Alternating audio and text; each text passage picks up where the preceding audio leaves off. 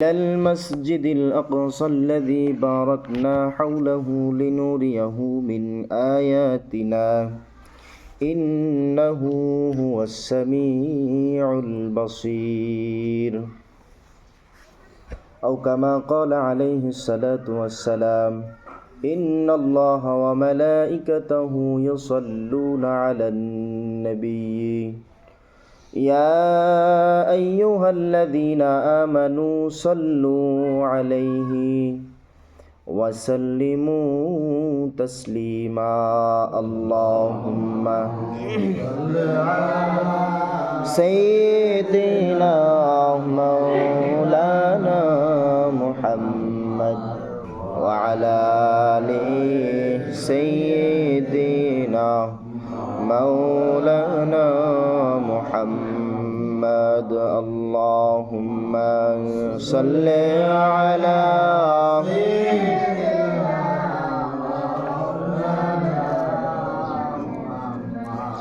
وعلى آل سيدنا مولانا মুহাম্মদ শ্রেষ্ঠতম রাসূল হয়ে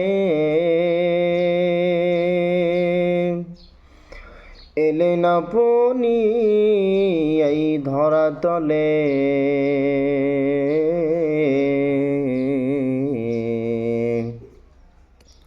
তাই তো কাফিররা মেরেছে পাথর কালিমার দাওয়াত দিয়েছেন বলে আল্লাহুম্মা সাল্লি আলা সাইয়্যিদিনা মাওলানা মুহাম্মদ ওয়া আলা আলি সাইয়্যিদিনা মুহাম্মদ সাল্লাল্লাহু আলাইহি ওয়াসাল্লাম।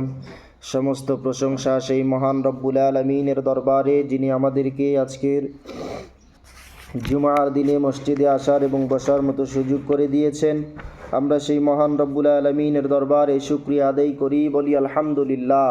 আলহামদুলিল্লাহ। সাইয়্যিদুল মুরসালিন রাহমাতুল লিল আলামিন, বিশ্ব মানবতার মুক্তির দূত জনাবে রাসূলুল্লাহ, আমরা সকলেই সেই রসুলের শানে দরুদ ও সালাম পড়ি, সকলে বলি সাল্লাল্লাহু আলাইহি ওয়াসাল্লাম।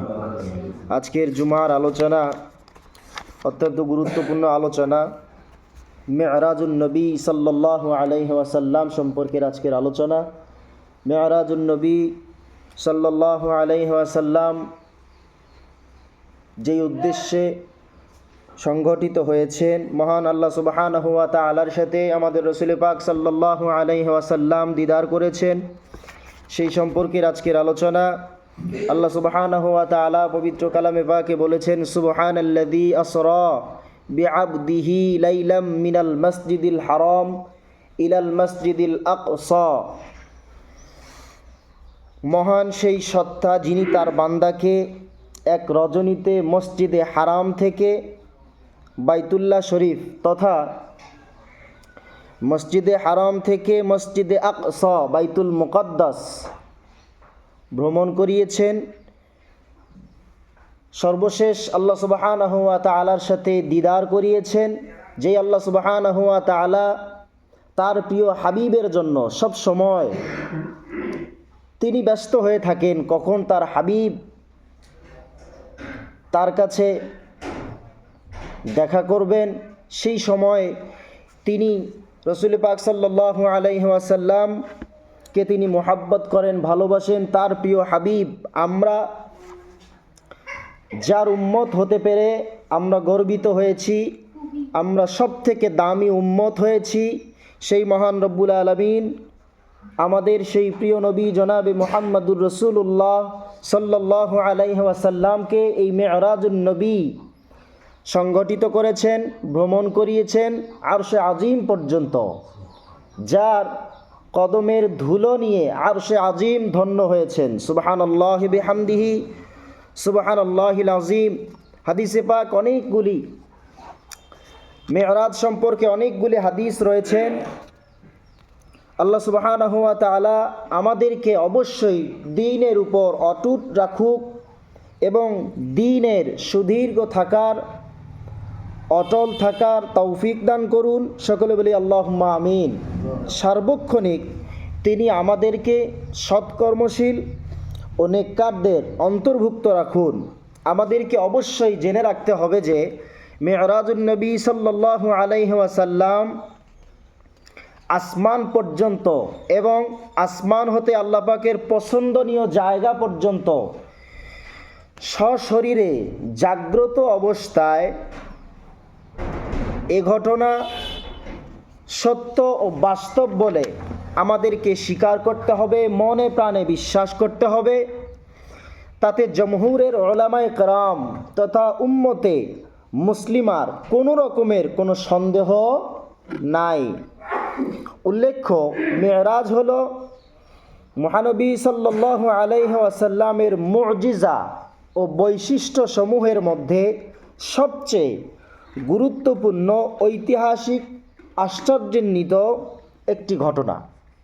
আমাদের জন্য যেই মেরাজ থেকে আমরা নামাজ পেয়েছি, যেই দিদারে ইলাহি থেকে রাসূল পাক সাল্লাল্লাহু আলাইহি ওয়াসাল্লাম আল্লাহ সুবহানাহু ওয়া তাআলার সাথে যেই দিদারে আমাদের জন্য খুশি হয়ে হাদিয়া দিয়েছেন আল্লাহ সুবহানাহু ওয়া তাআলা রাসূল পাক সাল্লাল্লাহু আলাইহি ওয়াসাল্লামকে, সেই নামাজ আমরা পেয়েছি। ঠিক কি না? আমরা এই নামাজ পেয়েছি মেরাজ থেকে। আমাদেরকে অবশ্যই এটার গুরুত্ব সম্পর্কে জানতে হবে, বুঝতে হবে, বিশ্বাস করতে হবে। একাকিত্বতার সাথে নয়, একদম রাসূল পাক সাল্লাল্লাহু আলাইহি ওয়াসাল্লাম তিনি সশরীরে আল্লাহ পাকের পছন্দনীয় স্থান যেই পর্যন্ত আল্লাহ পাক চেয়েছেন তাকে সেই পর্যন্ত তিনি তাকে নিয়েছেন, এটা আমাদেরকে বিশ্বাস করতে হবে। হাদিসে পাক থেকে যদি আমরা আলোচনা করি, হযরতে আবু হুরায়রা রাদিয়াল্লাহু তাআলা আনহু হতে বর্ণিত, তিনি বলেন হযরত রাসূল পাক সাল্লাল্লাহু আলাইহি ওয়াসাল্লাম ইরশাদ করেন, আমি মেরাজ হতে আসার পরে নিজেকে খানায় কাবার হাতিমে দেখলাম। আমি সেখানে উপস্থিত ছিলাম আর কুরাইশি লোকজন আমাকে মেরাজের ঘটনাবলী সম্পর্কে জিজ্ঞেস করতেছিল। তারা আমাকে বাইতুল মুকাদ্দাস সম্পর্কে এমন কতিপয় বিষয় প্রশ্ন করলো যেগুলো আমার স্মরণে ছিল না। আমি এমন অস্থির হয়ে পড়লাম যে ইতিপূর্বে অনুরূপ অস্থির আর আমি কখনো হইনি। রাসূল পাক সাল্লাল্লাহু আলাইহি ওয়াসাল্লাম বলতেছেন যে আমাকে জিজ্ঞাসা করা হচ্ছে মেরাজ সম্পর্কে। আমি তৎক্ষণাৎ অস্থির হয়ে পড়লাম, যা আমি ইতিপূর্বে অস্থির হইনি। তখন আল্লাহ সুবহানাহু ওয়া তাআলা বাইতুল মুকাদ্দাসকে আমার সামনে উপস্থিত করলেন। সুবহানাল্লাহি বিহামদিহি সুবহানাল্লাহিল আযীম। কার সামনে উপস্থিত করলেন? রাসূল পাক সাল্লাল্লাহু আলাইহি ওয়াসাল্লামের সামনে বাইতুল মুকাদ্দাসকে উপস্থিত করিয়ে দিয়েছেন তিনি। ফলে আমি মসজিদকে লক্ষ্য করতে থাকি তথা রাসূল পাক সাল্লাল্লাহু আলাইহি ওয়াসাল্লাম বাইতুল মুকাদ্দাসকে ফলো করতে থাকেন এবং বাইতুল মুকাদ্দাসের যে কোনো বিষয় তাকে প্রশ্ন করা হতো এবং তিনি তাহা থেকে তথা রাসূল পাক সাল্লাল্লাহু আলাইহি ওয়াসাল্লাম তা দেখে দেখে উত্তর দিতেন। সুবহানাল্লাহি বিহামদিহি সুবহানাল্লাহিল আযীম। তাহলে মেরাজ সম্পর্কে আল্লাহ সুবহানাহু ওয়া তাআলা কত রকমের, কত বৈশিষ্ট্য, কত মুজিজা রাসূল পাক সাল্লাল্লাহু আলাইহি ওয়াসাল্লামকে দিয়েছেন, যা আমাদের অকল্পনীয় বিষয়। আমরা তথাপি ওই পর্যন্ত উপলব্ধি করতে পারতেছি না কি পরিমাণ আল্লাহ সুবহানাহু ওয়া তাআলা রাসূল পাক সাল্লাল্লাহু আলাইহি ওয়াসাল্লামকে ভালোবাসেন, মোহাব্বত করেন। আর আমি মেরাজের রাতে নিজেকে নবীগণের এক জামায়াতের মধ্যে দেখতে পাই তথা নামাজের মধ্যে দেখতে পাই। তখন দেখি হযরতে মূসা আলাইহিস সালাতু ওয়াস সালাম দাঁড়িয়ে নামাজ পড়ছেন। রাসূল পাক সাল্লাল্লাহু আলাইহি ওয়াসাল্লাম তিনি দেখতে পান যে হযরতে মূসা আলাইহিস সালাতু ওয়াস সালাম দাঁড়িয়ে নামাজ পড়ছেন। তিনি একজন মধ্যম দেহের চেয়ে সামান্য লম্বা। বিস্তারিত বর্ণনা তিনি বলতেছেন যে তিনি একজন মধ্যম দেহের চেয়ে সামান্য লম্বা, মনে হলো যেন ইয়ামান দেশের সানুয়া গোত্রের লোক। আর দেখলাম হযরতে ঈসা আলাইহিস সালাতু ওয়াস সালামকে, তিনিও দাঁড়িয়ে নামাজ পড়ছেন তিনি লোকজনের মধ্যে উরওয়া বিন মাসউদ সাকাফি রাদিয়াল্লাহু তাআলা আনহু এর অধিক সাদৃশ্য। তিনি এভাবে হযরত ইব্রাহিম আলাইহিস সালাতু ওয়াস সালামকে দেখলেন, লোকদের মধ্যে তোমাদের সাথী অর্থাৎ আমি তার নিকট সাদৃশ্য। নামাজের সময় হলো এবং আমি নামাজে তাদের ইমামতি করলাম। যখন নামাজ শেষ করলাম তখন কেহ আমাকে বললেন, হে মুহাম্মদ সাল্লাল্লাহু আলাইহি ওয়াসাল্লাম, ইনি হলেন দোজখের দ্বাররক্ষী মালেক ফেরেশতা, তাকে সালাম করুন। হযরত রাসূল পাক সাল্লাল্লাহু আলাইহি ওয়াসাল্লাম বললেন, আমি তার দিকে ফিরে তাকাতেই তিনি আমাকে আগে সালাম দিয়ে দিলেন। মুসলিম শরীফের হাদিস। হাদিসের বর্ণনাগুলি যদি আমরা ভেঙ্গে ভেঙ্গে আলোচনা করি অনেক লম্বা সময়ের দরকার। যেহেতু জুমার আলোচনা, আমরা হাদিসের সারমর্মকে আমরা আলোচনা করছি। তাহলে রাসূল পাক সাল্লাল্লাহু আলাইহি ওয়াসাল্লাম মেরাজে যাওয়ার পথে তিনি নামাজের ইমামতি করিয়েছেন নবীদের। কাদের? নবীদের ইমামতি করেছেন। তাহলে আমরা সামান্যতম যদি এইভাবে বুঝে নেই যে আমাদের রসুল সকল নবীদেরও নবী, কথা বলেন না কেন, সকল নবীদেরও নবী, সকল ইমামদেরও ইমাম। তাহলে আমাদের রাসূল পাক সাল্লাল্লাহু আলাইহি ওয়াসাল্লাম তিনি কত বড়, কত মহান, কত রহমান রহিম করে তাকে পাঠিয়েছেন আল্লাহ সুবহানাহু ওয়া তাআলা। কাদের জন্য? আমাদের জন্য। আমরা বিনা দরখাস্তে সেই রসুলের উম্মত হয়েছি, ঠিক কি না? এজন্য আমাদেরকে সবসময় শুকরিয়া আদায় করতে হবে। রাসূল পাক সাল্লাল্লাহু আলাইহি ওয়াসাল্লামকে মন থেকে, মনে প্রাণে, শরীরের প্রত্যেকটা জায়গা থেকে সুন্নতের অনুসরণ করতে হবে। তাহলে আমরা রসুলের উম্মত হিসাবে পরিচয় দিতে পাবো, স্বাচ্ছন্দ্য বোধ করব, নিজেকে তখন গর্বিত মনে হবে যদি আমি রসুলের পরিপূর্ণ উম্মত হিসাবে দাবি করতে পারি। আমাদের আফসোস, আমরা পোড়া কপাল যে আমরা সব পেয়েছি, শুধু আমরা আদায় করছি না। যাই হোক, সেদিকে লম্বা আলোচনায় না গিয়ে আমরা পরের হাদিস থেকে আমরা আলোচনা করব। মেরাজ সম্পর্কে বুখারী ও মুসলিম শরীফে বিস্তারিত বিবরণ বর্ণিত আছে।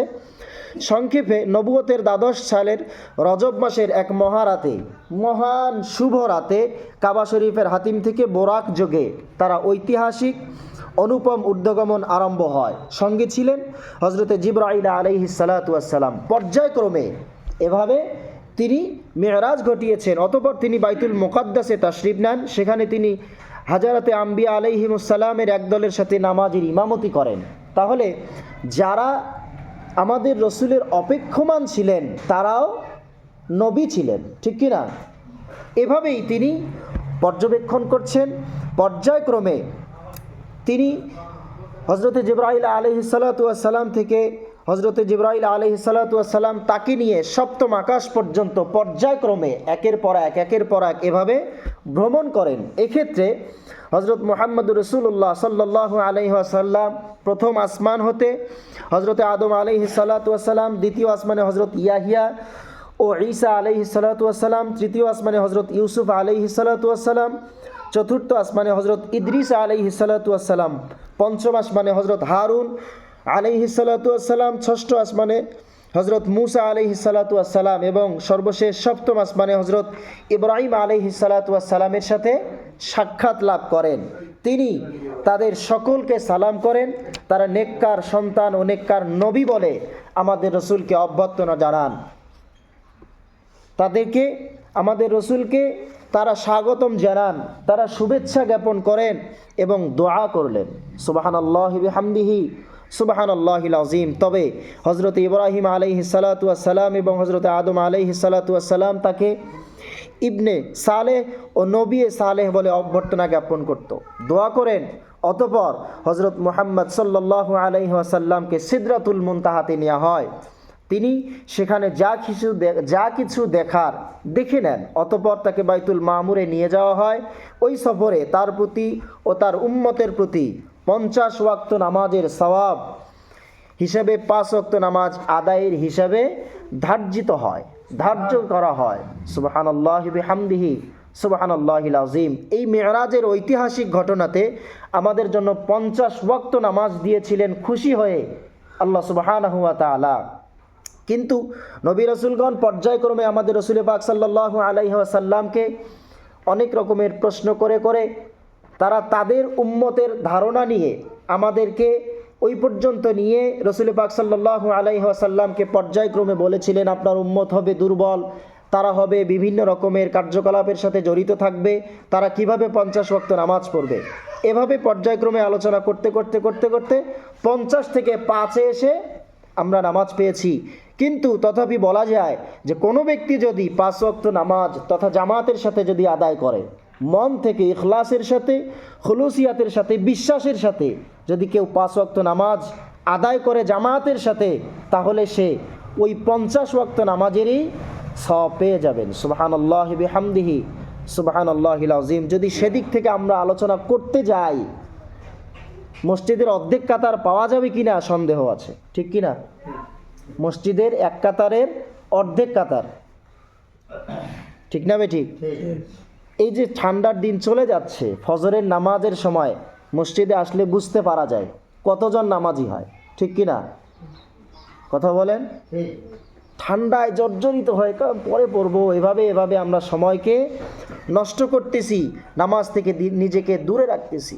মুমিনের সব থেকে বড় পরিচয় হচ্ছে সে নামাজি। যার নামাজ আছে তার দিন দুনিয়া সবই আছে, যার নামাজ নাই ওর কিচ্ছু নাই।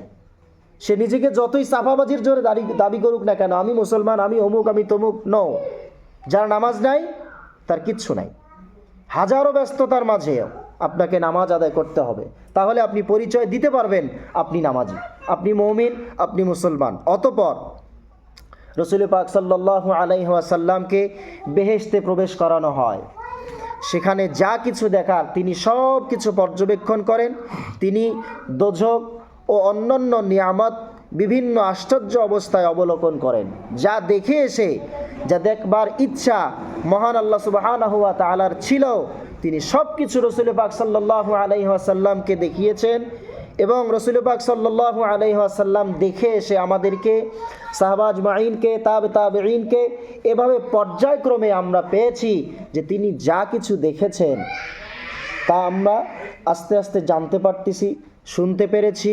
আমাদের আকাবিরগণ আলোচনা করেছেন পর্যায়ক্রমে, এভাবে আমরা শুনে আসতেছি। এর উপরে বিশ্বাস করাকেই তো ঈমান বলে, মেরাজকে বিশ্বাস করাটাকেই তো ঈমান বলে। আপনি আমি ঈমানদার হিসাবে দাবি করব, বেশি কিছু লাগে না তো।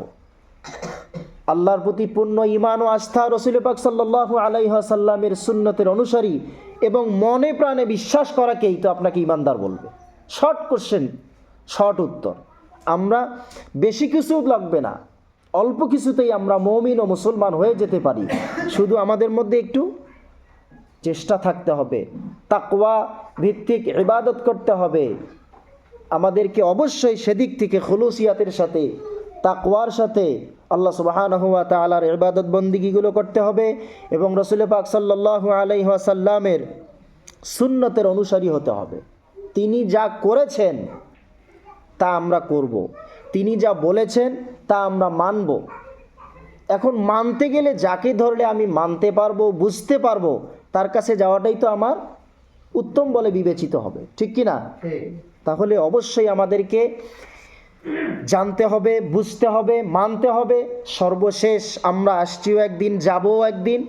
আমাদের এই ঈমান নিয়ে যাওয়াকেই সব থেকে বড় সৌভাগ্যবান বলে বিবেচিত হবে। আল্লাহ সুবহানাহু ওয়া তাআলা আমাদেরকে যেন সকল প্রকারের ফিতনা ফাসাদ থেকে হেফাজত করেন, পূর্ণ আস্থা ঈমানের সাথে যেন আমাদেরকে দুনিয়া থেকে নিয়ে নেন, সেই আশা করে আমরা আমাদের আলোচনা শেষ করছি আজকের।